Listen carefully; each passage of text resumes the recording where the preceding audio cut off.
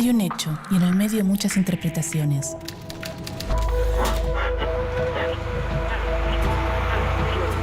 En la calle, en el auto, en la casa, el bar, el trabajo. Hay distintos puntos de vista en el medio de tanta información. Ahí estamos nosotros, en el medio del ruido. En el medio hay un hecho y distintas miradas. En el medio hay un hecho y muchas verdades. En el medio hay mensajes y miradas. Y nosotros estamos ahí. ¿Qué ves? ¿Realidades? ¿Qué escuchas? ¿Verdades? ¿Qué lees?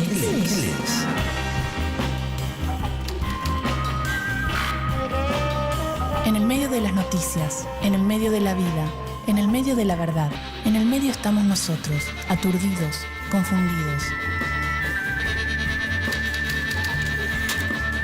Ahí estamos nosotros, en el medio de los medios.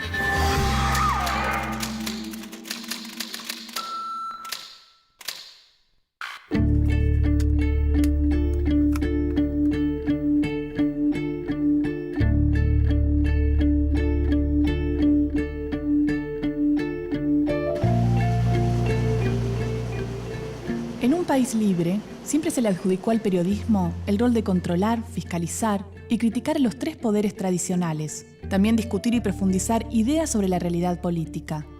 Esta situación ubica a los medios de comunicación en un lugar de influencia y por eso se los llamó muchas veces el cuarto poder. ¿Pero qué son los medios hoy? ¿Cuál es su función? ¿Cuál es la influencia que ejercen en una sociedad? En definitiva, ¿cuál es el poder que tienen? Bien, el rol de los medios de comunicación en la sociedad es la construcción social de la realidad. Nosotros no tenemos, los ciudadanos, los habitantes, no tenemos un contacto con la realidad. Tenemos un contacto limitado con una realidad que nos rodea, el barrio, el trabajo, la gente con que hablamos, etc. Pero el resto de la realidad del mundo, bueno, se nos configura a través de la comunicación, ¿no? Si se nos priva de la comunicación, directamente no conocemos hoy el mundo, ¿no? Cuando hablamos de los medios, tenemos muchas clases de medios con distintos intereses, distintas ideologías, o sea, dentro de esta amplitud de la libertad de expresión, bueno, puede haber quien denuncie o quien ayude al denunciado, por decir así, ¿no? Los medios ocupan un lugar sumamente importante en la realidad política de un país, sobre todo porque median y entonces conforman opinión. Y por eso es tan importante la diversidad de voces, la pluralidad de ideas y que esos medios puedan expresar al conjunto de la sociedad, para que el conjunto también de la población podamos acceder a la totalidad de miradas, opiniones, etc. Yo creo que básicamente la función de los medios es entretener, informar y de alguna manera darle todas las posibilidades a la gente, mayores elementos para que uno pueda pensar. Creo que cuando los medios pretenden reemplazar determinadas instituciones básicas de la sociedad nos estamos equivocando, no solo desde los medios, sino de la sociedad que estamos construyendo. Radios, televisión, internet y diarios son los masivos soportes que potencian y definen a un medio de comunicación. ¿Cómo nace un medio? ¿Cómo legitima su llegada y su poder? El grado cero, si uno pudiera identificarlo como el origen, es el periódico y en realidad nace como una idea de propaganda política. De hecho, en la Argentina, por ejemplo, se reivindica el lugar de la Gaceta y si había un periódico no objetivo, era justamente ese. Nace como una idea de propaganda política. Recién después, cuando aparece el diario con la intención de ganar dinero y se convierte en una empresa capitalista, ahí podemos ver, o podemos empezar a ver, la idea del diario como empresa. Pero la prensa tiene como un rol cultural mucho más amplio, más difuso, más complejo, que es básicamente el robustecimiento de consensos, la creación de un determinado sentido común. Y efectivamente es complicado hablar de prensa en la medida en que, sobre todo en los últimos años y particularmente en Argentina, las empresas periodísticas son a su vez multimedios, son empresas muy grandes, algunas de ellas, por lo cual su rol muchas veces tiene que ver con sus propios negocios. Este proceso por el cual empresas que hasta hace 15, 20 años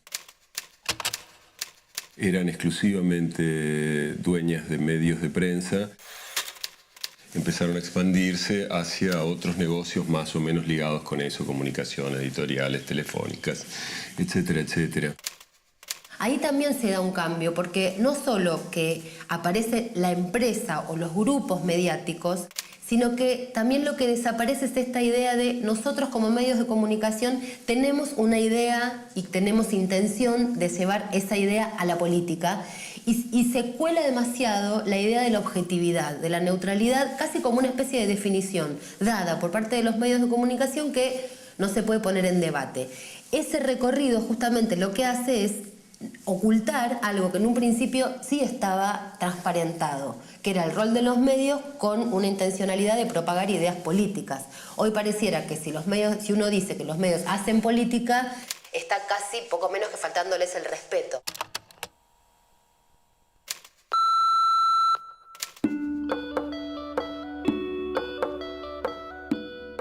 ¿Cuáles fueron los procesos históricos que posibilitaron el surgimiento de los medios de comunicación? Siglo XIX. En la primera mitad del siglo XIX, con el boom del telégrafo eléctrico, en algunos países se opta por delegar la inversión en las grandes empresas, mientras que en otros se inclinan por la participación mayoritaria del Estado. 1875. Argentina. Se sanciona la Ley 750, mediante la cual se determina que ningún telégrafo nacional debe establecerse en la República sin autorización del Poder Ejecutivo o del Congreso. Este es el antecedente legislativo más lejano en materia de comunicaciones del país. 1883. Estados Unidos. Joseph Pulitzer compra el diario matutino The World. Ya es dueño del St. Louis Post-Dispatch, que es una fusión entre los periódicos Westlight Post y el St. Louis Dispatch. 1895. William Randolph Hearst compra el New York Morning Journal y comienza una escalada empresarial que lo lleva a poseer el mayor conglomerado de medios de comunicación de todos los tiempos. 28 diarios, 18 revistas, además de agencias de noticias, cadenas de radios y productoras cinematográficas. Siglo XX. 1913. Argentina. La Ley 9127 establece el monopolio estatal de medios como la mejor forma para proteger la seguridad del Estado. Se incluyen las comunicaciones de ese entonces, telegráficas, telefónicas y radiales. Este mismo año se legisla sobre la transmisión radioeléctrica relacionada con los faros y los barcos. Las habilitaciones las da el Ministerio de Marina. 1927. Estados Unidos crea la Comisión Federal de Comunicaciones, conocida como la FCC por sus siglas en inglés, que hasta hoy regula los medios en ese país. 1932. Argentina. El 17 de marzo se lanza el noticiero cinematográfico que convierte a Crítica en el primer grupo multimediático del país. Su dueño, Natalio Botana, posee el diario con ese nombre desde 1913. 1953. Durante la segunda presidencia de Juan Domingo Perón, se promulga la primera ley de radiodifusión en un contexto democrático. Desde esta ley y hasta la actual 26.522, la Argentina pasó 56 años sin tener una ley de radiodifusión de la democracia. 1957. 4 años después, el gobierno de facto del general Pedro Eugenio Aramburu firma el Decreto Ley 15.460/57, que habilita al Estado y a los particulares para brindar servicios de comunicación a través de concurso público, otorgándole protagonismo a los medios comerciales. Un año después, se conceden las primeras licencias para canales de televisión privados, cuyo fin es netamente comercial. 1972. El 22 de agosto se dicta el Decreto Ley 19.798, que instaura la competencia del Poder Ejecutivo Nacional para establecer, explotar, autorizar y fiscalizar toda actividad de telecomunicaciones, así como para administrar las bandas de frecuencias. Se crea el Comité Federal de Radiodifusión, CONFER, como organismo autárquico dependiente del Ejecutivo Nacional. 1980. Se dicta el Decreto Ley de Radiodifusión 22.285, firmado por Jorge Rafael Videla y José Alfredo Martínez de Hoz, entre otros, conforme con el principio de la seguridad nacional, para garantizar la adhesión de los contenidos al ideario de la dictadura. Se censura la libertad de expresión y se privilegia un sistema comercial de medios. 1989. El recién electo presidente Carlos Menem inicia la era de las privatizaciones con la Ley 23.696 de Reforma del Estado. Eliminando el artículo 45 de la Ley de Radiodifusión que prohibía a los dueños de los medios gráficos ser propietarios de licencias audiovisuales. A partir de esto, la formación de grupos multimedios es un hecho. Se privilegia y estipula que solo serán licenciatarios de las señales quienes tengan fines de lucro. Los únicos medios que quedan en manos del Estado son ATC, Radio Nacional y radios públicas provinciales, municipales y universitarias. Años 90. Se crean grandes grupos mediáticos, como el Grupo Clarín, el Grupo Atlántida, el SEI y el Grupo Uno América, entre los más importantes. Siglo XXI. 2009. El 10 de octubre se sanciona la Ley de Servicios de Comunicación Audiovisual, que busca reducir la concentración del sector a través de sus principios antimonopólicos y plurales, y de acuerdo a los estándares internacionales de libertad de expresión y derecho a la información.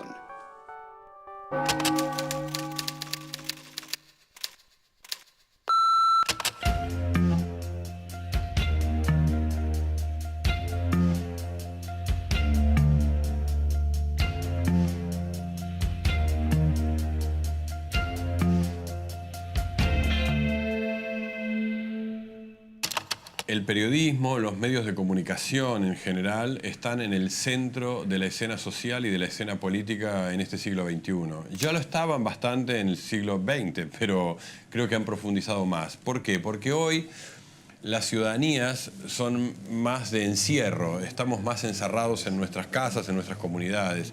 Me parece que la función del periodismo cada vez más está próxima a parecerse mucho a un poder del Estado. ¿Por qué? Porque influye en las campañas electorales, porque influye en las demandas de los ciudadanos a los políticos, porque influye en cuál es la agenda de problemas que tiene una ciudad, porque influye en las ideologías de esta época, dado que han caducado aquellas ideologías que formaron los grandes sistemas de pensamiento del siglo XIX, XX, etc. Entonces el periodismo tiene un peso muy importante y tiene una resistencia bastante grande a que lo veamos así, lo veamos con el poder que tiene. El periodismo ocupa un lugar muy importante en la Argentina y muchos periodistas han ejercido una especie de terror mediático, acorralando a políticos, empresarios, con mucha soberbia, erigiéndose en un poder que no se puede tocar. Los periodistas, por lo general, sienten que tienen impunidad para preguntar. No deben responder ante sus actos. Entonces, muchas veces cuando periodistas han equivocado, no hay ante quién rendir cuentas, si se puede decir así. Hay muchos errores que han cometido periodistas que seguramente en otro tipo de trabajo les equivaldría a ser echados directamente de la profesión y sin embargo no pagan por eso. Esto les da una cuota de poder muy grande, por eso los políticos le temen y además muchos periodistas se han convertido en verdaderos fiscales de la República, que también tiene que ver con la falta de justicia, el desprestigio hacia los políticos, contribuido en gran parte por los propios periodistas. Entonces los periodistas se sitúan muchas veces en el lugar de la verdad, de la rectitud y de la justicia, como si esto fuera así. ¿Cuál es el rol del Estado como responsable de que ese poder mediático no silencie la posibilidad de pluralidad en la construcción de sentido? Los promedios de concentración que nosotros medimos con Guillermo Mastrini son: en la Argentina el 83% en promedio. Esto significa los 4 primeros operadores en todos los medios de comunicación dominan el 83% de los mercados. En Brasil el 80%. En Colombia el 78%. En Chile el 92%. En Ecuador el 80%. En México el 82-83%, en Paraguay el 90%, en Perú el 79%, en Uruguay el 85% y en Venezuela el 90%. Esto significa, en promedio en América Latina, supera el 83, 82, 83%, que son índices de concentración muy altos. En general se estima que el índice de concentración, el dominio de los 4 primeros operadores es muy alto y eso reclama la intervención del Estado cuando supera el 50% del mercado. Y es razonable, o sea, que solamente 4 grupos concentren la mitad de un mercado motiva a que el Estado tome cartas en el asunto y les exija que desinviertan, que diversifiquen, que convoquen a otros actores, que tengan cuotas de producción independiente más altas de las que tienen, para que no ejerzan una posición dominante en el mercado. A nosotros como sociedad nos empobrece que los niveles de concentración sean tan altos.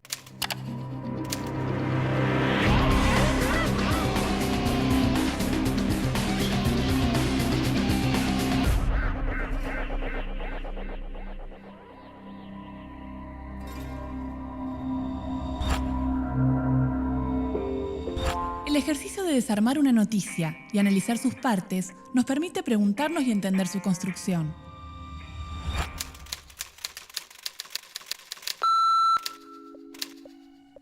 Veamos el mapa de medios de comunicación, tal como estaba cuando se sancionó el 10 de octubre de 2009 la Ley 26.522 de Servicios de Comunicación Audiovisual.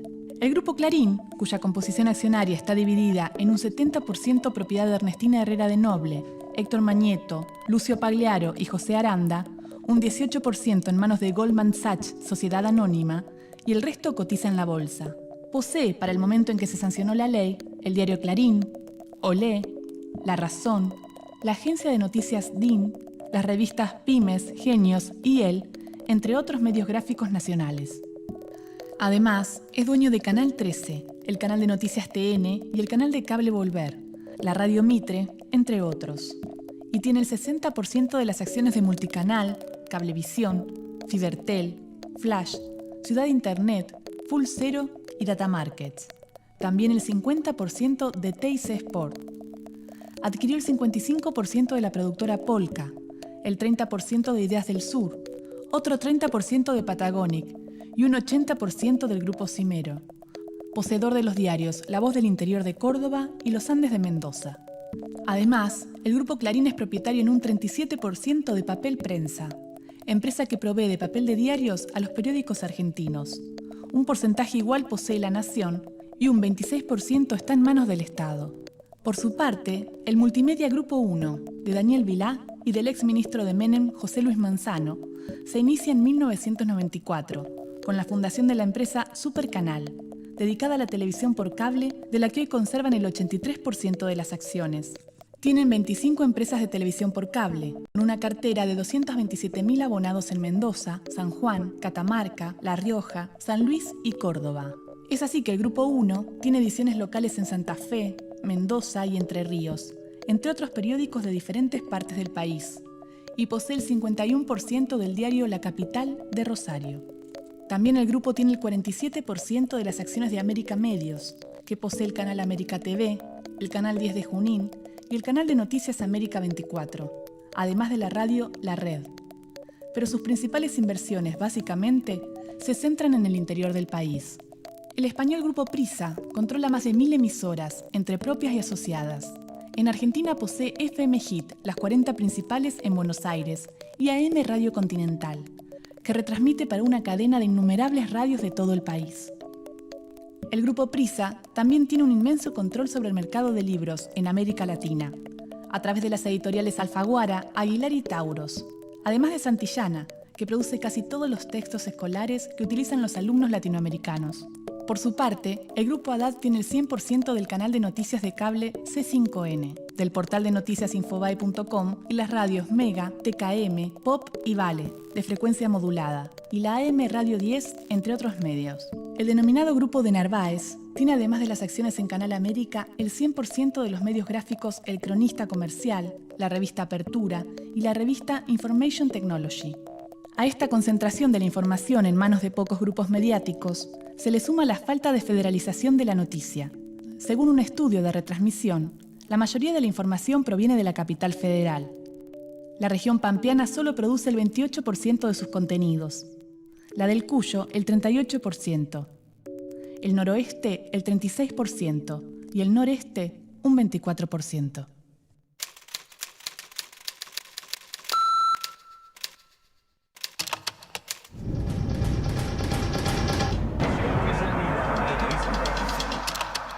El poder económico tiene una diferencia respecto del poder político y es que lo atraviesa a veces y es oculto, no se presenta a elecciones, no es visible, no se somete a la voluntad de un país.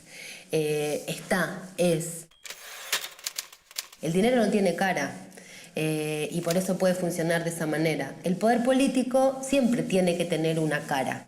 Sí es cierto, para no ser inocente, es que el poder político a veces funciona de la mano de ese poder económico y a veces el poder económico necesita de ese poder político para gerenciarse. Eso es lo que se dice mucho en la década del 90, ¿no? Que los dos gobiernos de Menem fueron gerentes del poder económico real de la Argentina.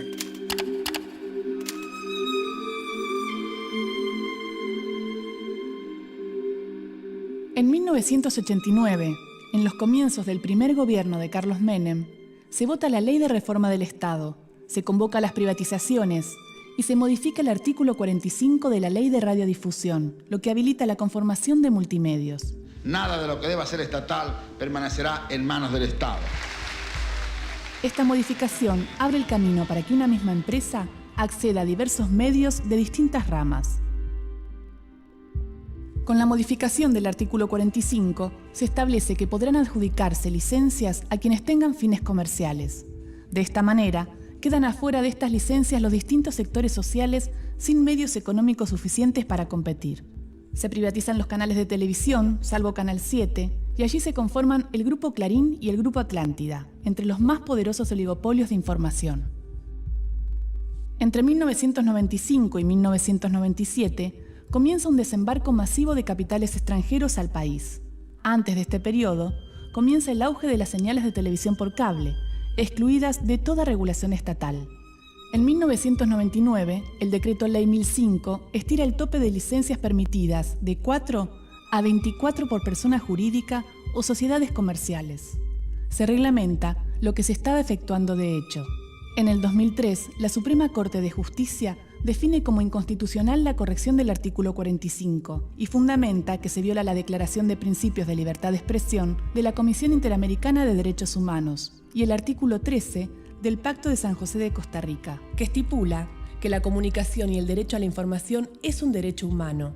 También se atenta contra el artículo 42 de nuestra Constitución Nacional, donde se establece que el Estado debe garantizar que no existan prácticas monopólicas.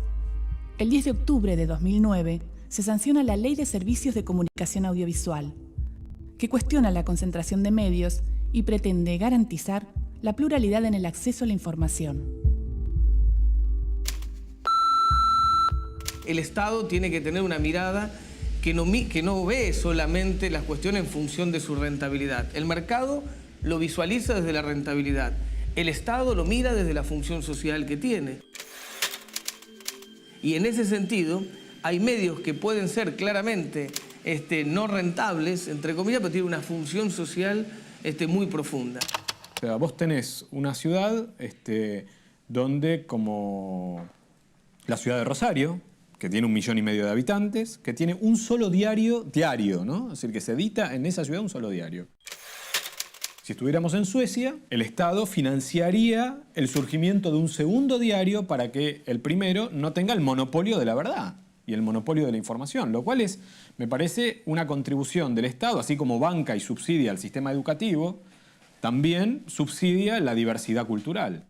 Cuando alguna voz plantea que el Estado tenga un rol de este tipo, rápidamente se sale a responder que se está atentando contra la libertad de expresión, que se quiere hacer una mordaza a los medios existentes, porque naturalmente la existencia de otro diario lo que hace es dividir la torta publicitaria. Entonces afecta a negocios. Se dice muchas veces que lo importante de que se democratice la comunicación en la Argentina es que haya muchos más medios. Pero en realidad lo que permitiría una verdadera democracia es que haya muchos más puntos de vista. Quiero decir, no es que mucha gente hablando al mismo tiempo y todos gritando a la vez, sino que haya algunos que miren determinado acontecimiento desde una perspectiva, otros desde otra. Creo que muchos periodistas no se hacen cargo del poder que ocupan y otras sí, y son conscientes y lo manipulan, lo utilizan. Acá hubo consenso para privatizar las empresas públicas. En Chile esto se hizo a través de una dictadura, no hubo un debate. Acá hubo un debate público y la mayoría de la población estuvo a favor de la privatización de la inmensa mayoría de las empresas públicas. Ese consenso se generó justamente en gran medida a través de los periodistas, que tenían interés en esto, entre otras cosas intereses económicos. El señor, hoy presidente, me decía a mí, si yo llego a ganar, voy a privatizar los canales de televisión, voy a privatizar Entel, María Julia Alzogray va a ser la privatizadora de Entel. Yo lo miraba y le decía, si usted me está tratando de sobornar, está perdiendo el tiempo. Lo que dijo aquella noche después lo cumplió. Yo creo, claro, que no voté por él.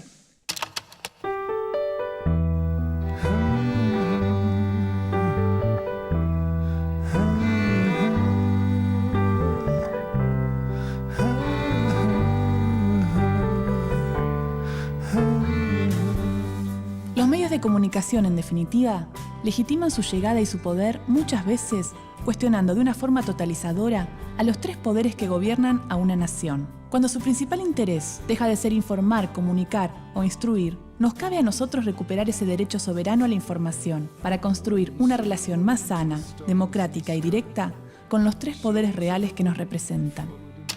Creo que el punto fundamental es tomar a los medios como una herramienta. La herramienta no es ni por sí ni buena ni mala, el problema es lo que uno es capaz de hacer con esa herramienta. Yo creo que la principal responsabilidad de los comunicadores, de los que hacemos televisión o participamos en distintos medios, es ser muy responsables con la realidad que estamos mostrando.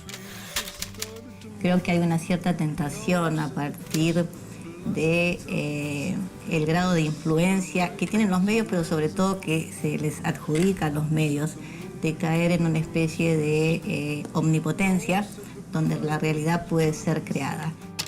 Nadie es objetivo, nadie es independiente. Yo creo que uno tiene que seguir sus corazonadas y sus opiniones, pero con pensamiento crítico y con una alta dosis de cinismo, porque el que transita por esos caminos que acabo de describir, en algún momento duda. Y es en la duda donde nos vamos a encontrar.